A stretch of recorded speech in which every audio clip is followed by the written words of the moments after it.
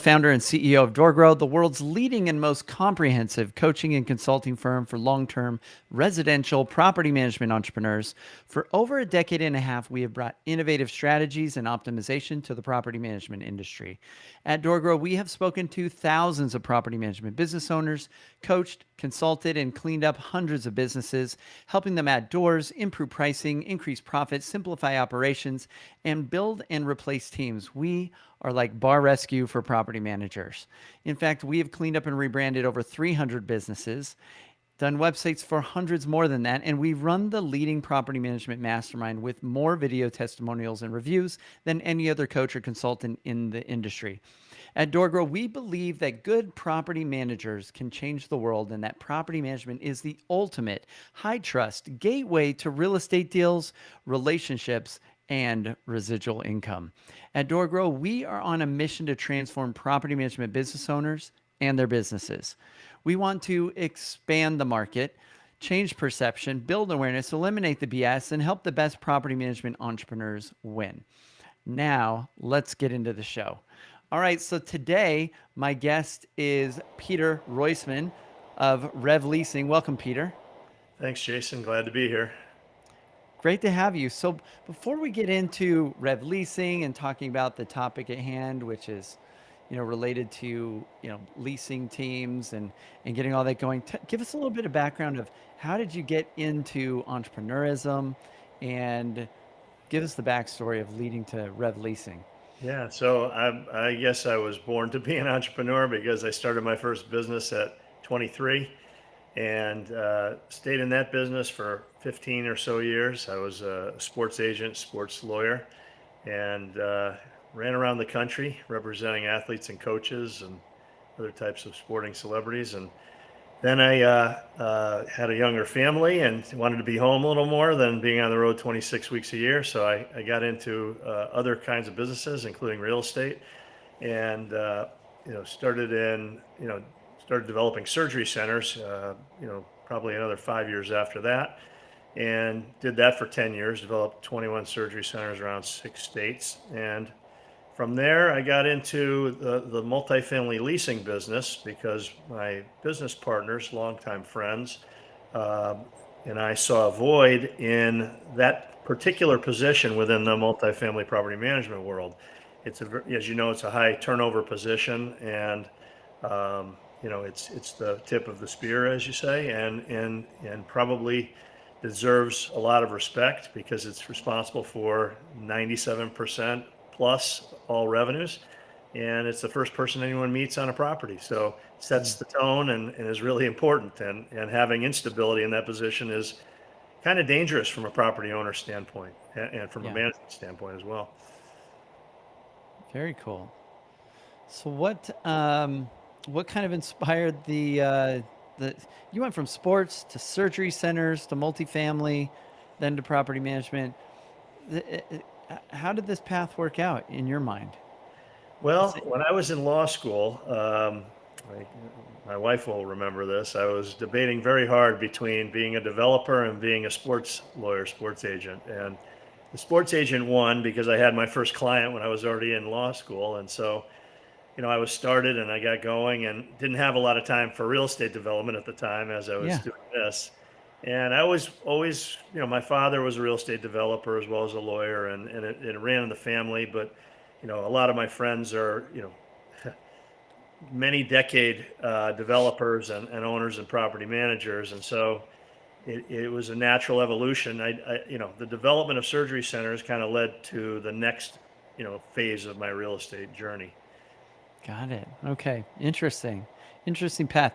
What do you feel like? I mean, being a sports agent and doing that, that's a very different and interesting career than doing the property management stuff. What do you feel like that empowered you or educated you on or enabled you to do? I mean, it sounds like there's some unique skills that come along with that. I think so. I like to think that the thing I learned in college, and I went to a liberal arts school, was to communicate. So I felt like, if I could read, write, and speak well and clearly and concisely, then it gave me an edge on the majority of the business world and the world in general. So I think, understanding for the sports agency world, you had to understand value and marketing as Yeah. well as contracts and positioning your clients. So, it's not that different if you think of a client as a property in a way. Hmm. It's how do you position it best? It's kind of similar. It was true when I got to, the thing that was similar when I was a sports agent. I was managing, high profile, successful, strong egoed people.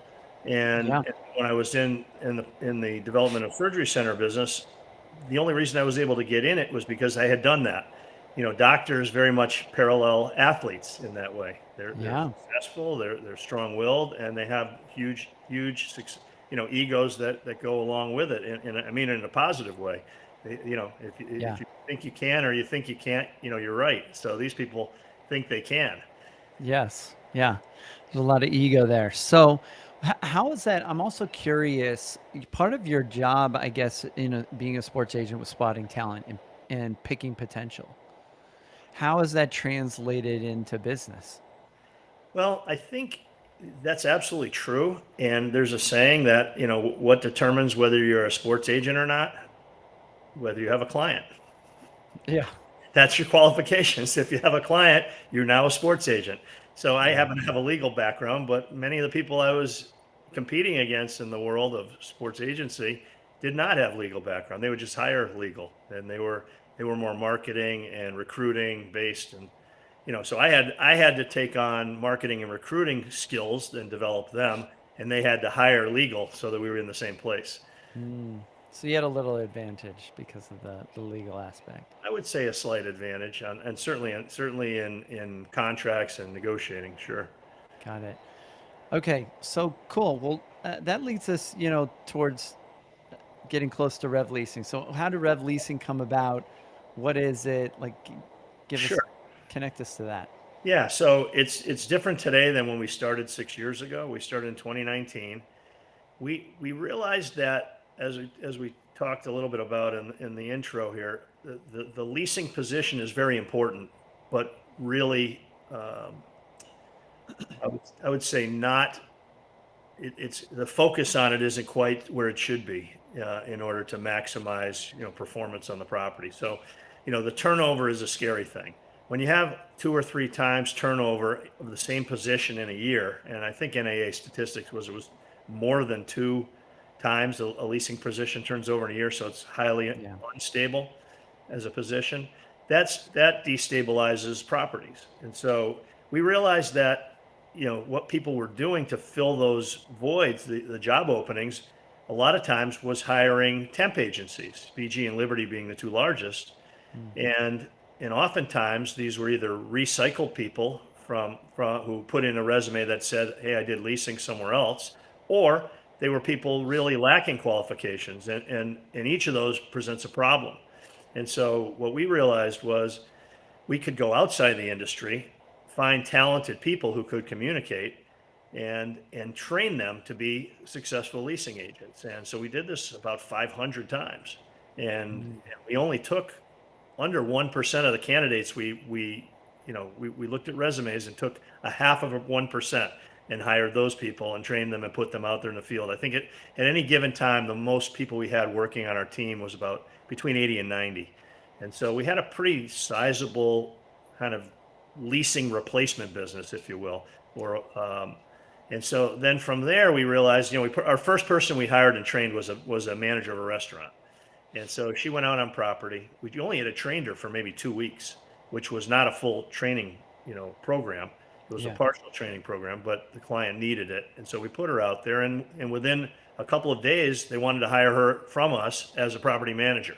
So we thought, check the box. We had done something correct, for the industry because the industry recognized it. So, from there, we did that for a while, and we realized it would be hard to manage hundreds and hundreds, if not thousands, of people across the country. It's a very challenging Sure. ordeal to try to do that. And so we didn't want to be in this grand scale human capital business.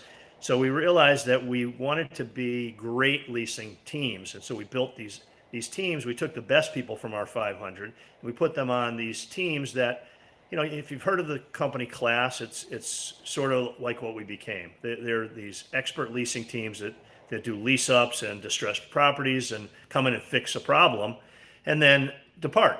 And so that's what we did for our next iteration of our business. We did that for a couple of years. We had all success. We had no failures. We took properties that were anywhere from 78% occupied to 80, low 80s, and we took them in well into the mid 90s, and all the properties were stabilized, and the owners were happy, and that was great. But again, we realized the same thing happened. We could become Class, and I think they have 50 people leasing for them at any given time.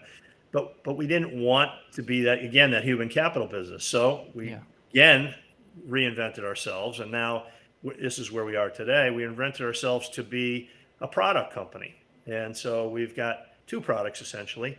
One is an assessment tool, a Rev Leasing score, if you will, and one is a training program. So 130 online training courses, and we customize the training courses to the people who are supposed to learn. And so, it's an opportunity for us to help the broader market because we're not limited by human capital. We can help hundreds, if not thousands, of properties at the same time because it's a self-learning program. We can do some consulting to get them on the right track, but essentially, it's an ongoing process of self-improvement and people getting better to capture more revenues. Got it. So the assessment tool piece helps to figure out if somebody could be a good leasing agent, or is this broader than that?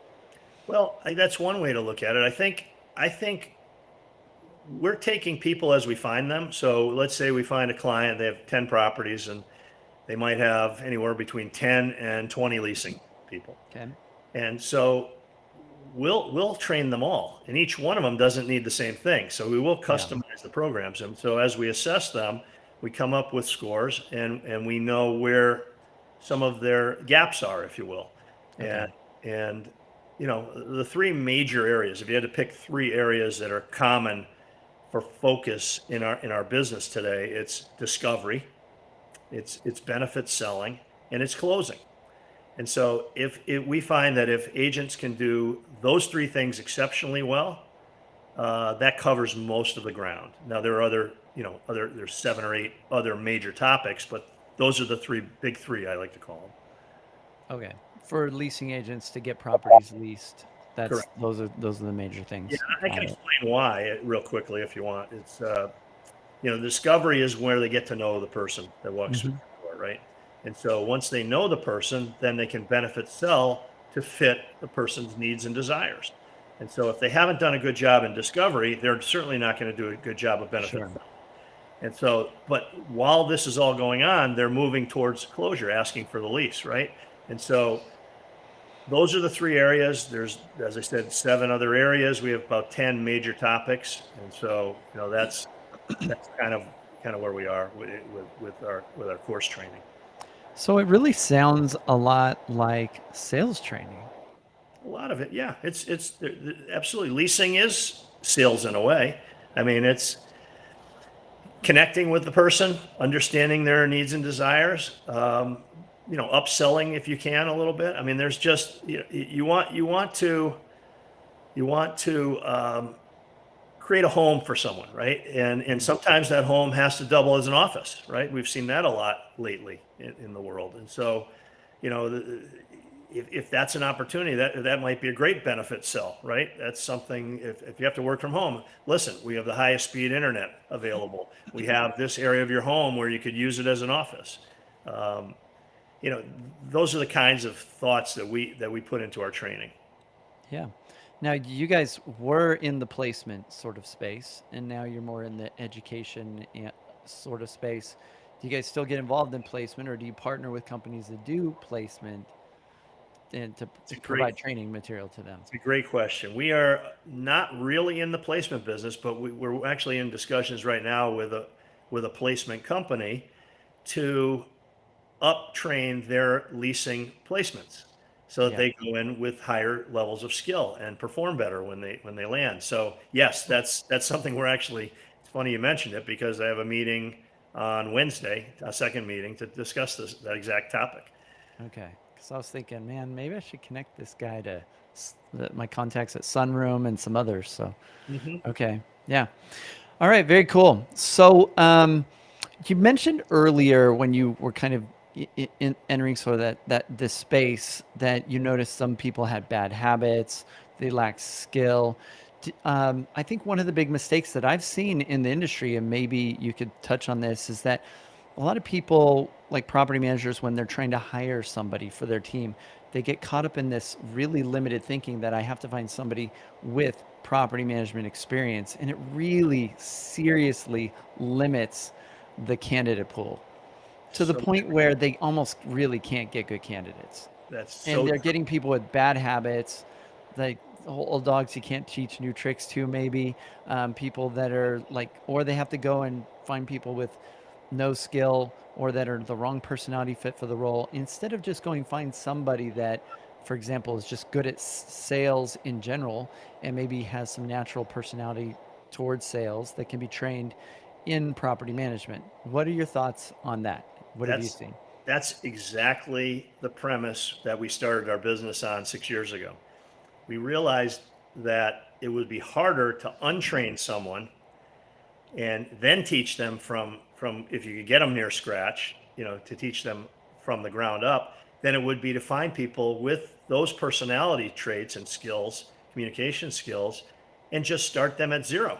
You don't have to Yeah. undo anything to start the training process. So at those 500 people we trained and hired, none of them had any leasing experience. And so that's precisely what we did. And I think Cool. the more that the industry looks outside of itself and doesn't, by the way, someone that shows a resume with leasing may or may not be good. But I can Sure. tell you this, the way promotions happen as you know, if you're very, very good at leasing, what happens? You get offered a manager's job. Mm, That's very typical in our industry. And yeah. so if you're offered a manager's job, it oftentimes takes you away from the leasing floor and you're looking at a computer all day. And so those skills that you use really well to lease apartments don't necessarily mean you're going to be great at being a manager. It doesn't mean you won't be, but it doesn't mean they translate directly to it. So the Yeah. people that so you have that group of people that got promoted, right, out of the leasing position. What about the people that don't get promoted? Those are the people whose resumes are circulating. Yeah. If you think about it, it's not it's the unpromoted, talent pool that most people are looking through. They're sifting through trying to find the diamond in the rough. Mm, yeah. I think salespeople, like business development managers, for example, in a property management business, and property managers, which are, is a really loose term in this industry. It's a miscellaneous term that means just about anything, depending on who you ask. But in general, property managers, if you look at them as customer service people or client success people or client retention people, that's a very different personality type than a salesperson.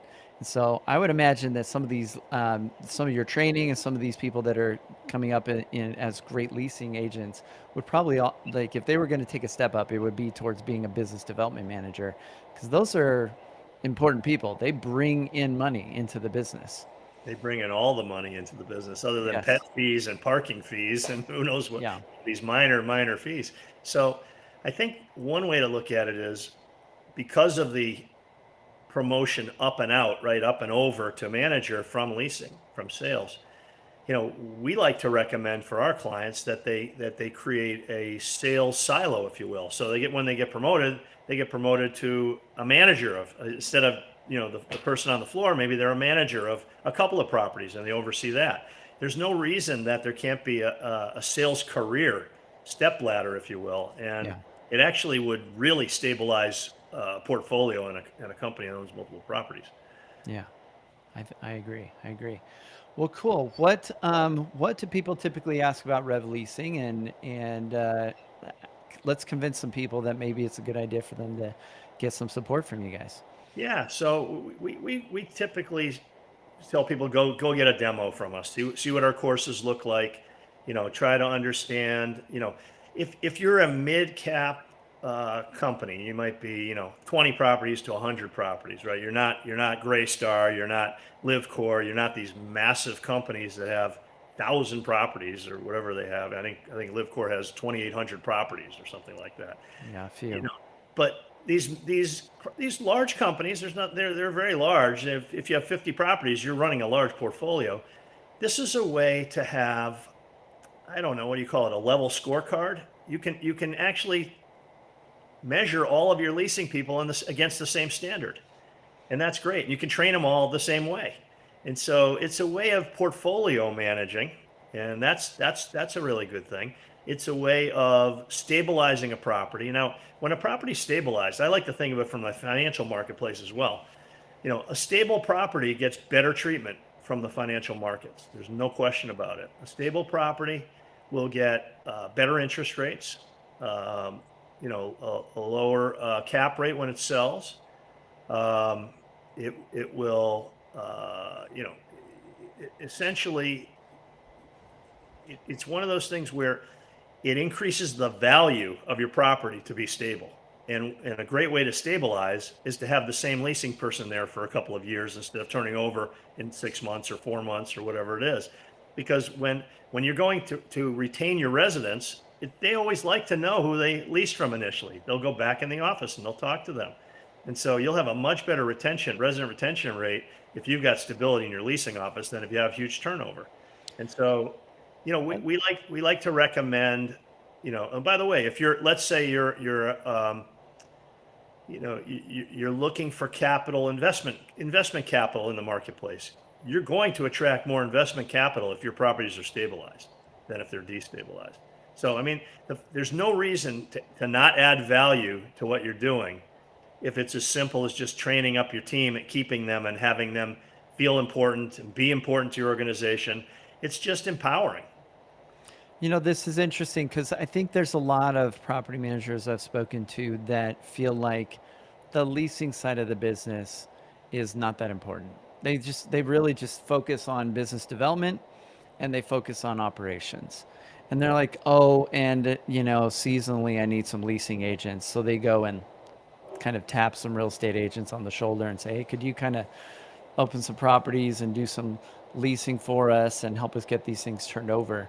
Um, and these agents are probably not super well trained in leasing in general. And so, how could what do you say to that? And then how could Rev maybe fill in that gap? Yeah. So again, I'll go back to the stability thing because if you're thinking long term, which real estate should be a long term investment, right? The markets do change, month to month, but you're buying something, you're typically not going to flip it the next month. You're going to Right. flip it if you're even a flipper. The people are buy and hold too. There's no Yeah. reason not to build a portfolio if it's cash flowing, right? Cash flowing Hmm. positive. Why not? So, the end of the day, uh, stability is a good thing in real estate. Instability is a bad thing. And so if you can stabilize your team, and it's the position that's probably the most unstable. I think maintenance is also a problem area, but we don't work in maintenance. Sure. But certainly leasing is that position that turns over all the time. So I was talking Yeah. to a high up person at LiveCore, okay, just having dinner. I said, listen, this is what we do, and this person said to me, listen, I'm afraid to invest in my leasing people because they turn Sure. over so often. You know what I said? I would be afraid not to invest in my leasing people because they turn over so often. You know, I like to attack problems. I mean, when I see a problem in business, I think you come up with the most creative solution you can and go attack it and make it affordable for people to use, make it make sense, and just fill that void. There's sort of a void right now when it comes to keeping skilled leasing people in position. And I Yeah. think we can help a lot of people with that. So, do you feel like Rev will help with decreasing the turnover? Or do you feel like turnover is just part of the game with leasing, and so it's really about being able to ramp them up quickly? I think both. I think you ramp them up as quickly as you can, but when people are successful at something, they tend to stay at it for a Yeah. little longer. And if you compensate them well, and good leasing people should be compensated probably at the high end of the scale. And because they, as you said, they are responsible for revenues, and every dollar that comes in essentially is due to them. And so due to their efforts. And so, you know, I would be afraid not to invest in my leasing people. I would want them to be the strongest, most confident, most capable people in my office. The management team has to be really, really good, but the leasing people have to be stable and do a great job. As I said before, they're the first person you meet when you walk in the door. They represent your company in so many Yeah. ways. They're like the advertising for your company. So I think there's also this perception that a lot of property managers, they're so focused on getting their third party management clients that they're not paying attention as much to the residents or the tenants in some situations.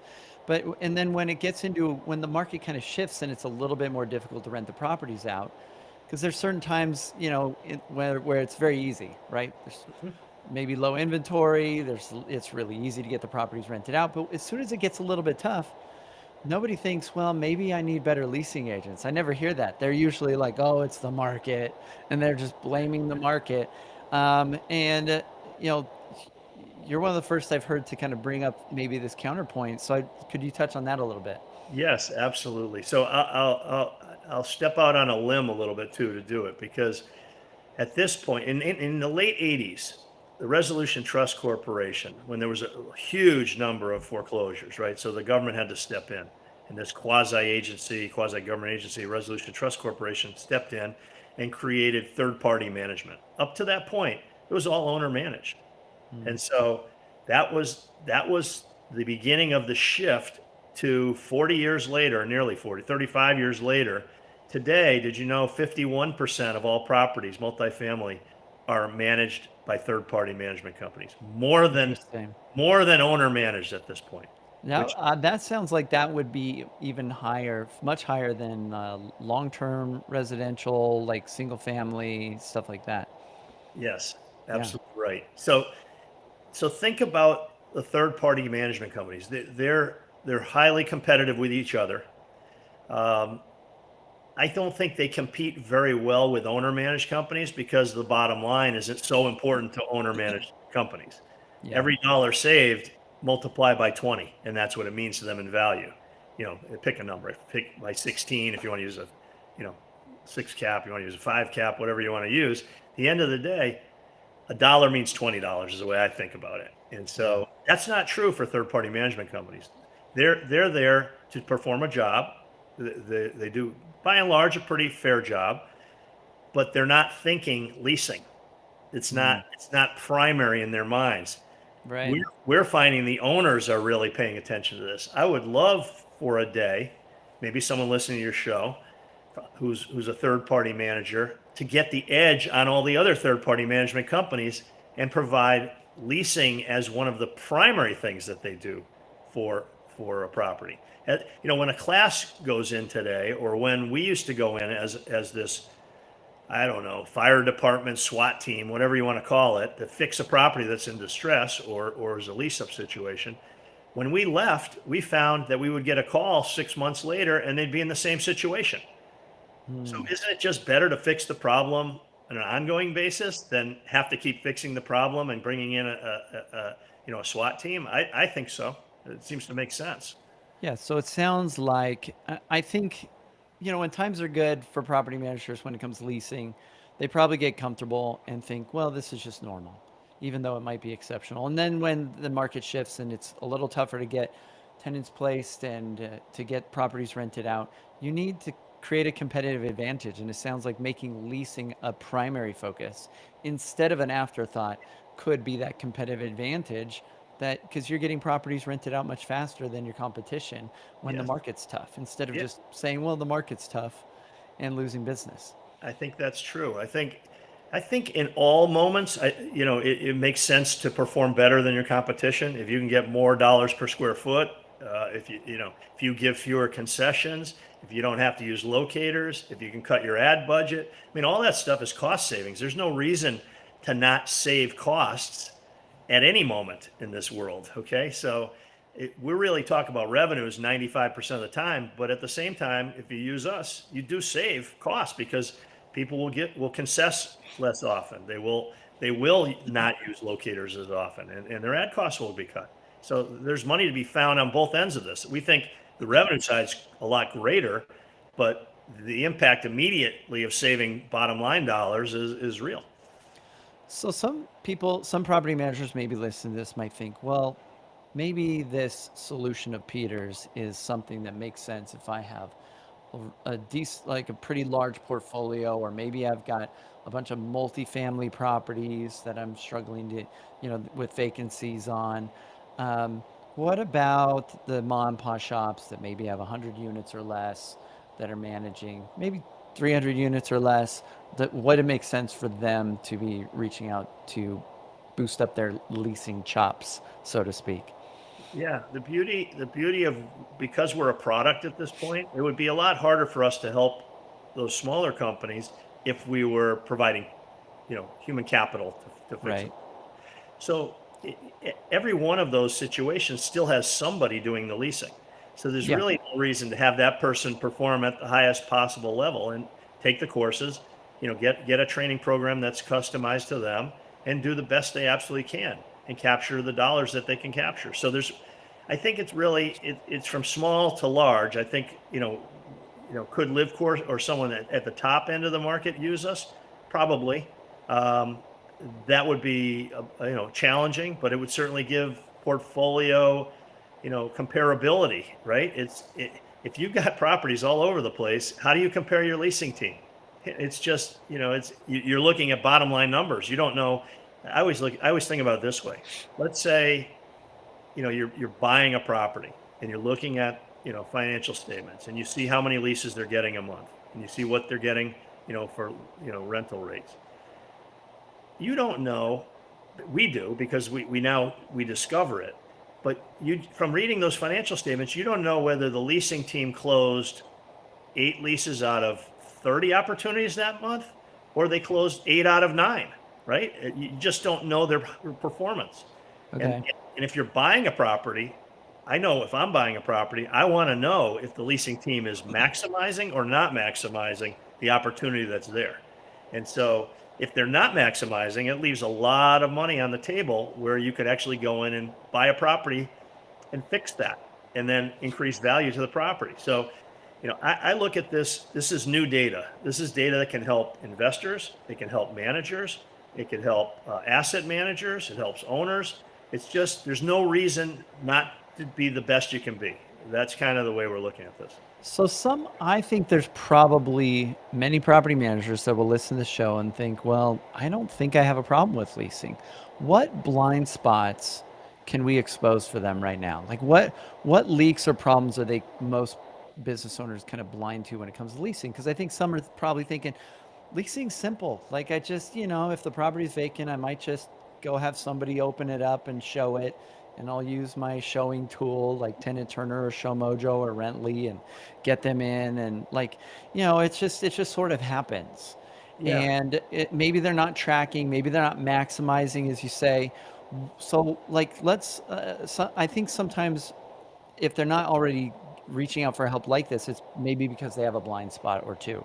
What are some of the blind spots you've noticed or realized that, and what impact could this have on this, that, or what impacts have you seen that maybe they're missing? What benefits are they missing out on? I think the blind spots are some of the things we already talked about, maybe some others too. But the blind spot to me is dollars left on the table. An empty unit.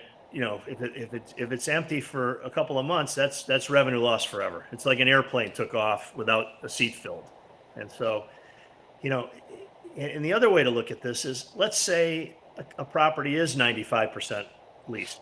I've seen a lot of properties that are 95% leased that are not maximizing.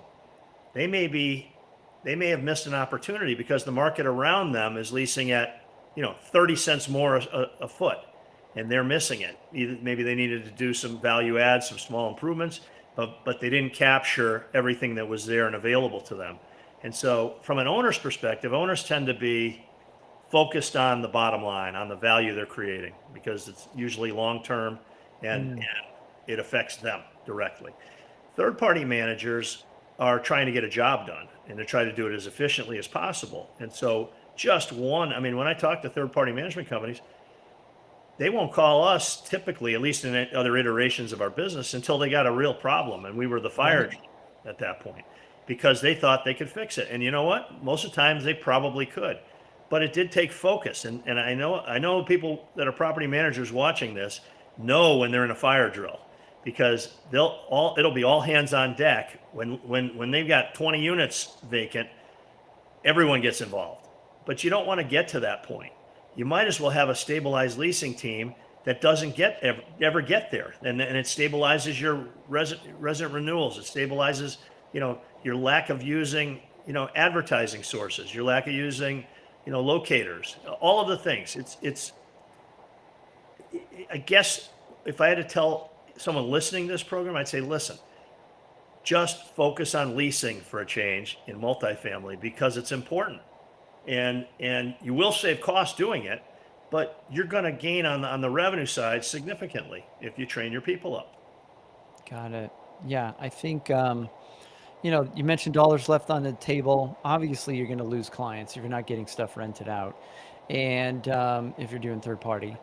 You said 95% might be leased, but they're not maximizing, which means maybe stuff's rented out, but they aren't pulling in as much rent as they could be.